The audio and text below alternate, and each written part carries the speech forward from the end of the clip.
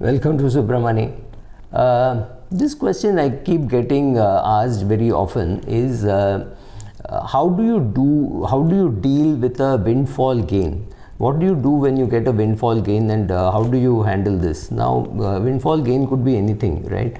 And when I'm saying windfall gain, I'm talking of two cases. One is a very simple case where a person has 30-40 lakh net worth, and he gets or she gets something like 2-3 crores. Now this is again a huge thing, because you're getting 10x of your net worth. Your net worth is 30 lakhs, you're getting 3 crores, or your net worth is 20 lakhs, you're getting 2 crores, something like this, which is substantially higher. I will also deal with a bigger amount, but first let us deal with this. So what should one do when you get a lump sum of 10 times your net worth? So he's got 3 crores. The most important thing to realize, when you get 3 crores, it does not mean that you will be able to handle 3 crores, right? God sent you the money. God did not send you the money management skills. So suddenly don't start pretending that you are a banker and you understand what to do, right? Many of us take a long time to understand that we don't know how to manage, and therefore we need managers who will manage it for us, right? You can always do indexing of your portfolio, you can do a debt index fund, you can do an equity index fund. But for somebody who wants to be a little more hands-on, you can find an advisor and start investing. So what is the first thing that you should do?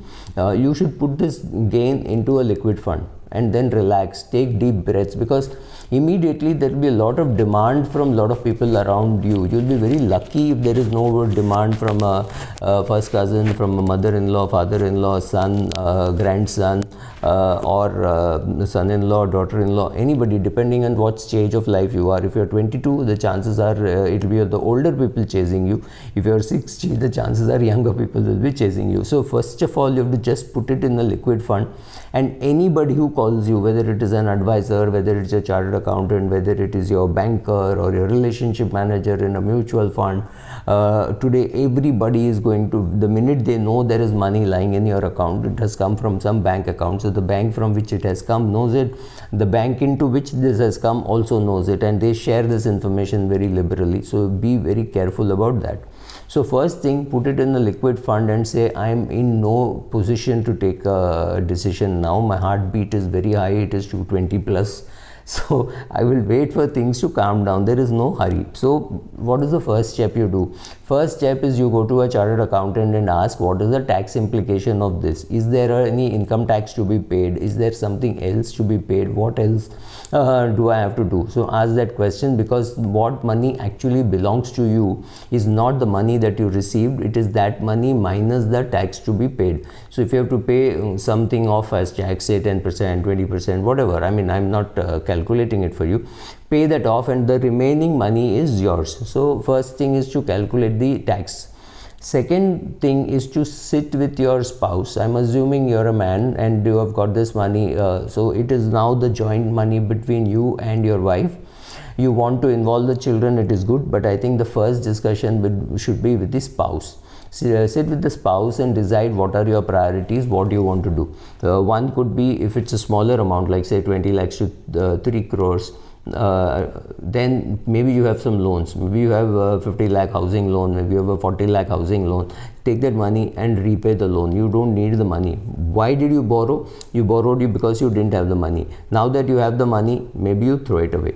Now if you have taken a term insurance worth 1 crore, thinking, oh, in case something happens, my spouse should get this 1 crore. So now that requirement is also gone, simply because you already have got 3 crores which you were not expecting, or you were expecting, but now it is within your control. So do you need that 1 crore term insurance? Maybe not. So just get rid of the 1 crore of term insurance. That brings you to saying, okay, now I have so much of cash, I have repaid the loan, now I have about 2 crores, let's say 2 crores is left, or 1.75 crores is left. One thing is to say, okay, some part of it I will spend now. So spend a little bit, maybe 5-10 lakhs, maybe take a vacation, maybe buy yourself some gift, whatever.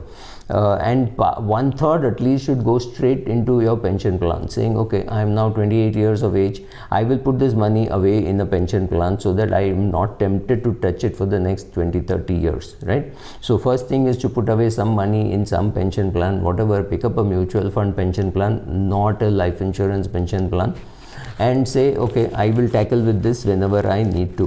Then you have to sit down and say, what money do you require for 3 months, in the next 3 months? That should be in a liquid fund. What money do I require for the next year or less than a year? That should be in an ultra short bond fund. What money do I require after 3-4 years? That money could be in a multi-asset fund or a balance advantage fund or some kind of a hybrid fund. What money do I not require after 5-7 years, at least for 6 years, 5 years, 6 years, I don't require? That money should go into equity funds. Could be a large cap, large and mid cap, contrarian, small cap, whatever. That breakup we can talk about later. But this say putting into different buckets as to when you need it is something which only you can do. Your advisor can't do, your tax consultant can't do.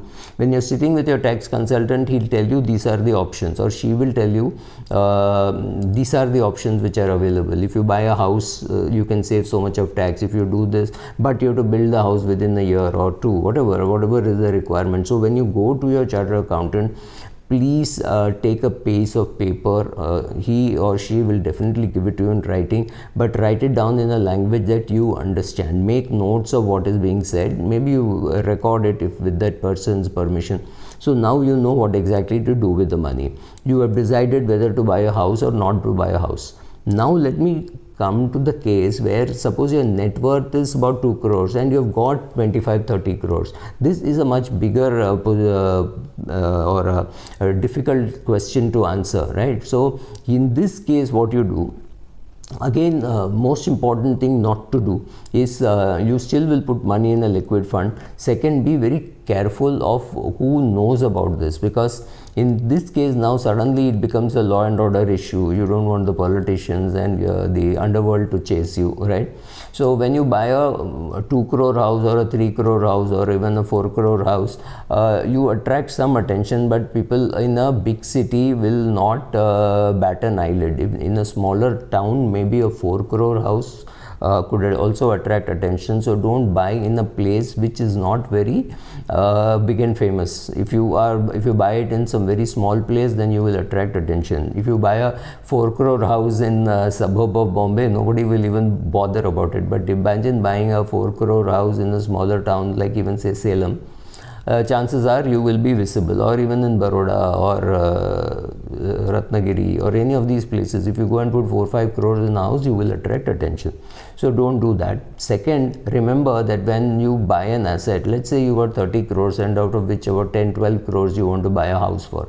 That looks good, but if you have never lived in an independent house really on your own, you don't realize the headaches of living in an independent house. Then you need to have 2 security guards, you will need servants who will go up and down, keep the house clean, apart from your cook and driver. So if I would attribute about 1-2% of the cost of the house to be spent on that maintenance. So be careful about that.